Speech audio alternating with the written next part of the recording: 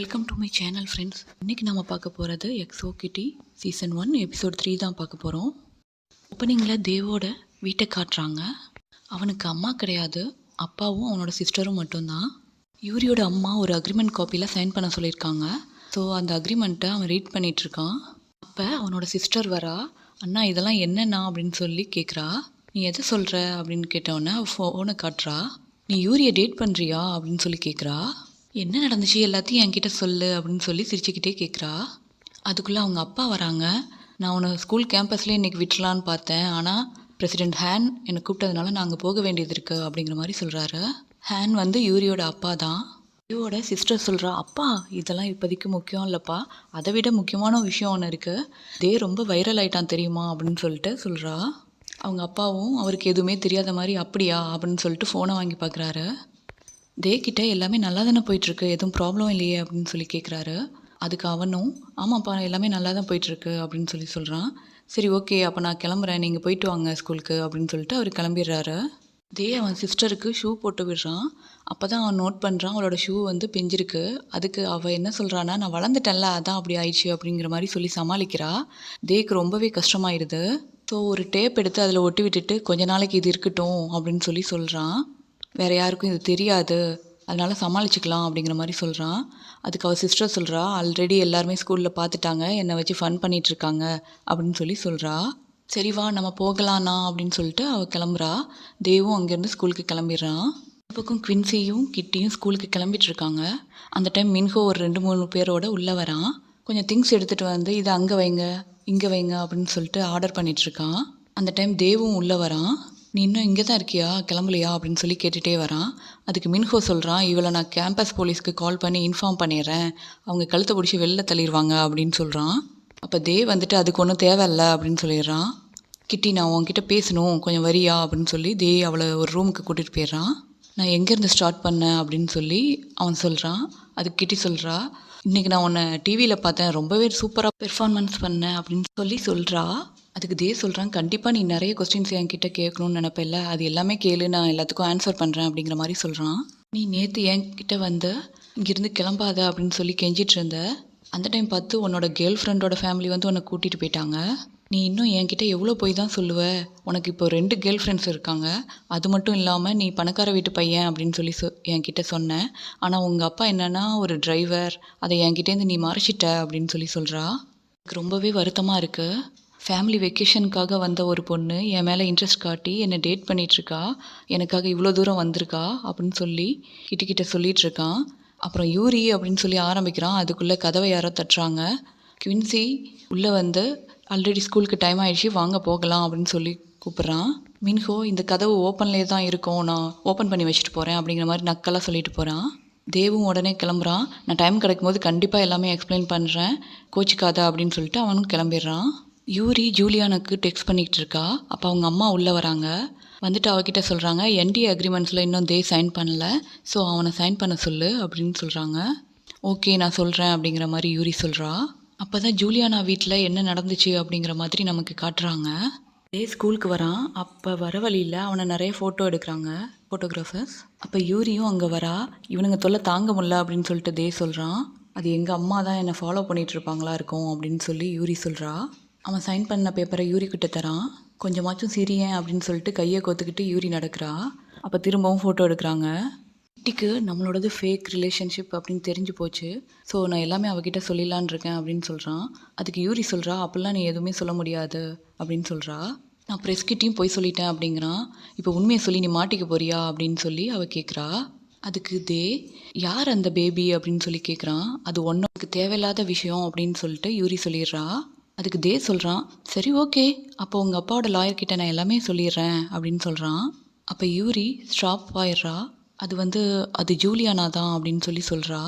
என்ன சொல்கிற நீ அப்படின்னு சொல்லிட்டு சொல்கிறான். நீ ஜூலியானா கூடவா இருக்க அப்படின்னு சொல்லி கேட்குறான். ஆமாம் அவள் கூட தான் நான் இருக்கேன் அப்படின்னு சொல்கிறா. யூரி உடனே அழ ஆரம்பிச்சிடுறா. வெல்கம் பார்ட்டி அன்னைக்கு அவள் என் கூட இருந்திருக்கணும், ஸ்கூலுக்கு வந்திருக்கணும், வரவே இல்லை, சோஷியல் மீடியாலையும் அவளை காண்டாக்ட் பண்ண முடியல அப்படின்னு சொல்லி அழுறா. அவளோட சோஷியல் மீடியா அக்கௌண்ட்ஸ்லாம் டெலீட் ஆகிருக்கு, அவள் பேரண்ட்ஸ் அவளை தூரமாக எங்கேயோ அனுப்பி வச்சுட்டாங்க, எல்லாத்துக்கும் நான் தான் காரணம் அப்படின்னு சொல்லிட்டு அவள் அழுதுட்ருக்கா. அந்த டைம் திரும்பவும் ஃபோட்டோ எடுக்கிறாங்க. இந்த சிச்சுவேஷனை சமாளிக்கிறதுக்காக யூரி கிட்ட நான் உன்னை தூக்கிட்டு போகிறேன் அப்படின்னு சொல்கிறான். அவள் ரொம்ப யோசிக்கிறா. ஒன்றும் கவலைப்படாத, என்னை நீ நம்பலாம், வா தோள் மேலே ஏறிக்கோ, இன்றைக்கி நமக்கு லேட் ஆகிடக்கூடாது, ஃபஸ்ட்டு டே இல்லை அப்படின்னு சொல்கிறான். அவளை தூக்கிட்டு போகிறத கிட்டி பார்த்துடுறா. ரொம்பவே வெக்ஸ் ஆகுறா. இது ஃபேக்காக இருந்திருக்கலாம் அப்படின்னு சொல்கிறா. இப்போ பக்கத்தில் நிற்கிற அந்த ஸ்டூடெண்ட்ஸ் எல்லாரும் அவளை கலாய்க்கிறாங்க. போர்ட்லேண்ட் ஸ்டாக்கர் அப்படின்னு சொல்லி கிண்டல் பண்ணுறாங்க. கிட்டிக்கு தான் ரொம்ப செல்ஃப் கான்ஃபிடென்ஸ் அதிகமாச்சே, அதனால் அவள் அழக்கூடாது, இன்றைக்கி நம்மளோட ஃபஸ்ட்டு டே அப்படின்னு சொல்லிட்டு ஹெட்ஃபோனை எடுத்து போட்டுட்டு அவங்க அம்மாவுக்கு பிடிச்ச சாங்கை கேட்டுகிட்டே ஸ்கூலுக்குள்ளே என்டர் ஆகுறா. யூரி தே கிட்ட ஓகே நீ கிட்ட நம்ம ஃபேக் ரிலேஷன்ஷிப் பற்றி சொன்னாலும் எனக்கு ஒன்றும் ப்ராப்ளம் இல்லை, ஆனால் அந்த சீக்ரெட்டை அவள் பாதுகாக்கணும் அப்படின்னு சொல்கிறா. அதுக்கு தே சொல்கிறான், நான் இது வரைக்கும் அவகிட்ட சொன்ன எதுவுமே அவள் வெளியில் சொன்னதில்லை, ஸோ ப்ராப்ளம் இல்லை, நம்பலாம் அப்படின்னு சொல்கிறான். அதுக்கு யூரி சொல்கிறா, ஆனால் உண்மையான ரீசனை நீ அவகிட்ட சொல்லிடாத அப்படின்னு சொல்கிறா. அதுக்கு தே சொல்கிறான், அது நான் ஏதாவது சொல்லி சமாளிச்சுக்கிறேன், ஒன்றும் ப்ராப்ளம் இல்லை அப்படின்னு சொல்கிறான். நான் எப்போவுமே அவகிட்ட உண்மையை சொல்ல மாட்டேன் அப்படின்னு சொல்கிறான். எனக்கு இப்போ தான் நிம்மதியாக இருக்குது அப்படின்னு சொல்லிட்டு யூரி சொல்கிறா. ப்ரொஃபஸர் லீ கொடுத்த ஹோம்ஒர்க்கை எனக்காக நீ முடிச்சிட்டியா அப்படின்னு சொல்லி கேட்குறா. ஆமாம் முடிச்சிட்டேன் அப்படின்னு சொல்லிட்டு தே அவகிட்ட ஹோம்ஒர்க்கை கொடுக்குறான். அந்த டைம் யூரியா யாரோ பிடிச்சி ரூமுக்குள்ளே இழுத்துட்டு போகிறாங்க ஃபோர்ஸாக. யாருப்பா அது அப்படின்னு பார்த்தா அங்கே ஜூலியானா வந்திருக்கா. எங்கள் அம்மா அப்பா என்னை வெளியூருக்கு அனுப்பிட்டாங்க, என்னை நன்னாக்கணும்னு அவங்க முடிவு பண்ணிட்டாங்க அப்படின்னு சொல்கிறா. அதுக்கு ஒன்று யூரி சொல்கிறா, என்னால் தான் உனக்கு இவ்வளோ ப்ராப்ளம் அப்படின்னு சொல்கிறா. இல்லை நிறுத்து, அதெல்லாம் எந்த ப்ராப்ளமும் இல்லை, உன்னால் எனக்கு எந்த ப்ராப்ளமும் இல்லை அப்படின்னு சொல்கிறா. நம்ம கொஞ்ச நாளைக்கு பேச வேண்டாம் அப்படின்னு சொல்லி ஜூலியானா சொல்கிறா. நியூ இயருக்கு நம்ம பிளான் பண்ண மாதிரி போக முடியாதா அப்படின்னு சொல்லிட்டு யூரி சொல்கிறா. கொஞ்ச நாளைக்கு நீ இதே கூட போட்ட பிளானை ஃபாலோ பண்ணு, அதுக்கப்புறம் நம்ம எல்லாம் சமாளிச்சுக்கலாம் அப்படிங்கிற மாதிரி ஜூலியானா சொல்கிறா. நம்ம பேரண்ட்ஸ் இந்த ரூமர்ஸ் எல்லாம் மறந்துட்டாங்கன்னா அதுக்கப்புறம் எல்லாமே ஜாலியாக இருக்கும், நம்ம ஐஸ்லாந்து போகலாம் நம்ம நினச்ச மாதிரி அப்படின்னு சொல்கிறா. எனக்கு ஒரு ப்ராமிஸ் பண்ணு, நீ கண்டிப்பாக அங்கே வருவதானே அப்படின்னு கேட்குறா.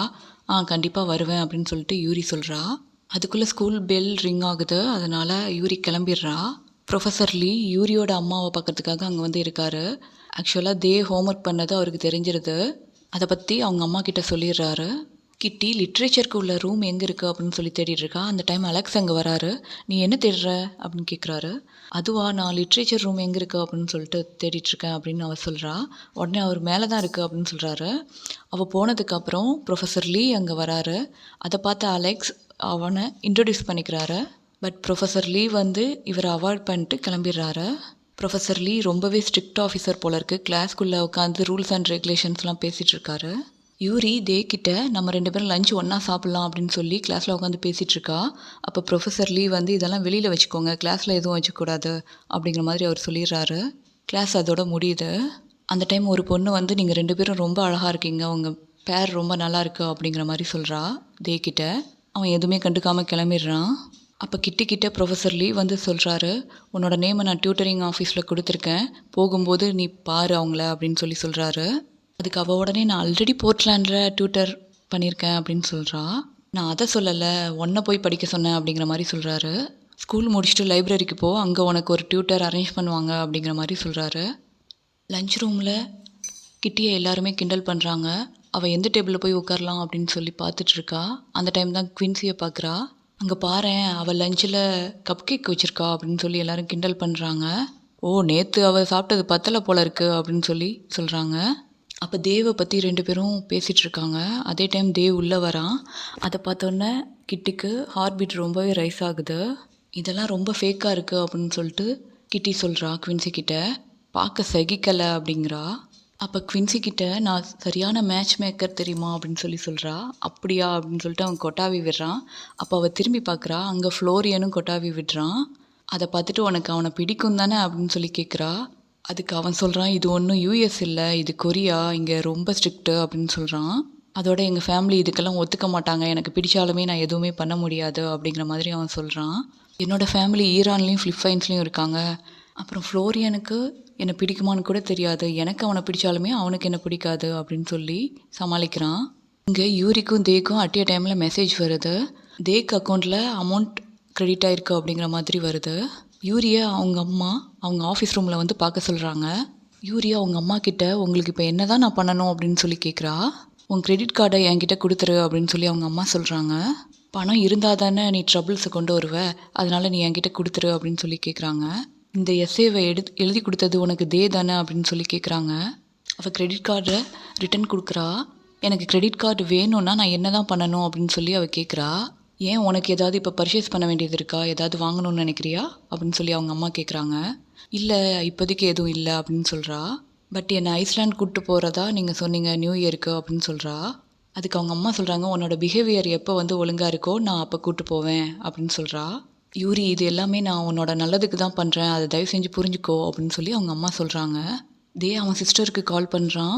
உனக்கு எந்த ஷூ வேணும், என்ன பிராண்ட் வேணும் எல்லாமே சொல்லு, நான் உனக்காக வாங்கித்தரேன், என்கிட்ட நிறையா பணம் இருக்குது அப்படின்னு சொல்லி சொல்கிறான். அவளும் சொல்கிறா. உடனே சரி நான் வீட்டுக்கு வரும்போது வாங்கிட்டு வரேன் அப்படின்னு சொல்லிட்டு கால் கட் பண்ணுறான். ஸ்டூடெண்ட்ஸ் எல்லாரும் கெமிஸ்ட்ரி லேபில் இருக்காங்க. அப்போ மின்ஹோ பக்கத்தில் கிட்டி உட்காந்துருக்கா. அப்போ மின்ஹோ சொல்கிறான், எவ்வளோ சீக்கிரம் உன்னால் முடியுமோ அவ்வளோ சீக்கிரம் இங்கேருந்து போயிரு, இல்லைன்னா உனக்கு தான் கஷ்டம் அப்படிங்கிற மாதிரி அவன் சொல்கிறான். அதுக்கு கிட்டி சொல்கிறான், நீலாம் என் ரிலேஷன்ஷிப் பேச வேண்டிய அவசியம் இல்லை அப்படின்னு சொல்லி சொல்கிறா. மின்ஹோ ப்ரொஃபஸர் அலெக்ஸை கூப்பிட்டு, இவளை முதல்ல மாத்துறீங்களா, எனக்கு வேற ஒரு லேப் பார்ட்னர் தாங்க அப்படின்னு சொல்லி கேட்குறான். அதெல்லாம் முடியாது அப்படின்னு சொல்லி அவர் சொல்லிடுறாரு. போர்ட்லேண்ட் ஸ்டாக்கர் அப்படின்னு சொல்லி கிண்டல் பண்ணுறான். அது என்னோட பேர் இல்லை, என் பேரை சொல்லி கூப்பிடு அப்படின்னு சொல்லி கிட்டி டென்ஷன் ஆயிடுறா. அவன் மறுபடி அதையே சொல்லி அவளை டென்ஷன் ஆக்குறான். அதுக்கு கிட்டி உடனே அந்த பூப்பி பேபி நீ தானே அப்படின்னு சொல்லி சொல்லிடுறா. ஆக்சுவலாக அவன் ஒரு ஆடில் சின்ன வயசில் நடிச்சிருக்கான், அதுதான் அவள் சொல்கிறா. உடனே அந்த சாங்கையும் சிங் பண்ணுறா. அப்போ போதும் நிறுத்துங்க, 2 பேரும் மாறி உட்காருங்க அப்படின்னு சொல்லி சொல்கிறாரு. அப்போ யூனிஸ் கிட்ட போய் கிட்டி சொல்கிறா, மின்ஹோ அவன் பக்கத்தில் நீ உட்காரணும்னு ஆசைப்பட்றான், நீ போ அங்கே அப்படின்னு சொல்லி குவின்சி பக்கத்துலேருந்து அவளை அனுப்பி விட்டுறா. குவின்சிக்கு எதுவுமே புரியல, நீ என்ன பண்ணுறா அப்படின்னு சொல்கிறா. நான் என்ன பண்ணணுமோ அதை தான் பண்ணுறேன் அப்படின்னு சொல்லிட்டு அவள் சொல்கிறா. அப்போ கிட்டி ஃப்ளோரியான் பக்கத்தில் போய் உட்காந்து கண்ணாபண்ணான்னு ஏதோ உளறிட்டு இருக்கா. அவனுக்கு எதுவுமே புரியல, இவ என்ன பைத்தியமா அப்படின்னு சொல்லிட்டு அங்கேருந்து எழுந்து போய் குவின்சி பக்கத்தில் உட்காந்துடுறான். அப்போ தான் குவின்சிக்கு புரியுது கிட்டி எதுக்காக இதெல்லாம் பண்ணா அப்படின்னு சொல்லி புரியுது. இதான் கெமிஸ்ட்ரி அப்படின்னு சொல்லி கிட்டி சிரிக்கிறா. அப்போ கிட்டி பக்கத்தில் ஓனானை வச்சுட்டு ஒருத்தன் உட்காந்துருக்கான். ஸ்கூல் முடித்ததும் லைப்ரரிக்கு போகிறா கிட்டி. அங்கே இருக்கவங்க கிட்ட, நான் டியூட்டரிங்காக இங்கே வந்திருக்கேன், நான் கேத்ரின் சாங்காவே அப்படின்னு சொல்லி இன்ட்ரோடியூஸ் பண்ணிக்கிறா. கொஞ்சம் வெயிட் பண்ணுங்கள், நான் உங்களுக்காக டியூட்டர் அரேஞ்ச் பண்ணுறேன் அப்படின்னு சொல்லிட்டு லைப்ரரின்னு போகிறாங்க. அந்த டைம் அங்கே சுற்றி பார்த்துட்ருக்கா. அப்போ அவங்க அம்மாவோட பிக்சர்ஸ்லாம் அங்கே இருக்குது ஓல்டு ஸ்டூடெண்ட் லிஸ்ட்டில். அப்போ அவள் சொல்கிறா, உங்களோட பாய் ஃப்ரெண்டும் இதில் இருக்க யாரோவா இருக்குமோ அப்படின்னு சொல்லி அவள் சொல்கிறா. பிகாஸ் அவங்களோட ஆல்பத்தில் அதை அவங்க நோட் பண்ணியிருக்காங்க. அப்போ லைப்ரரியன் தேவை கூட்டிகிட்டு வராங்க. இதுதான் உங்கள் நியூ டியூட்டர், இவங்க நேம் அப்படின்னு சொல்லி இன்ட்ரடியூஸ் பண்ணி வைக்கிறாங்க 2 பேரையும்.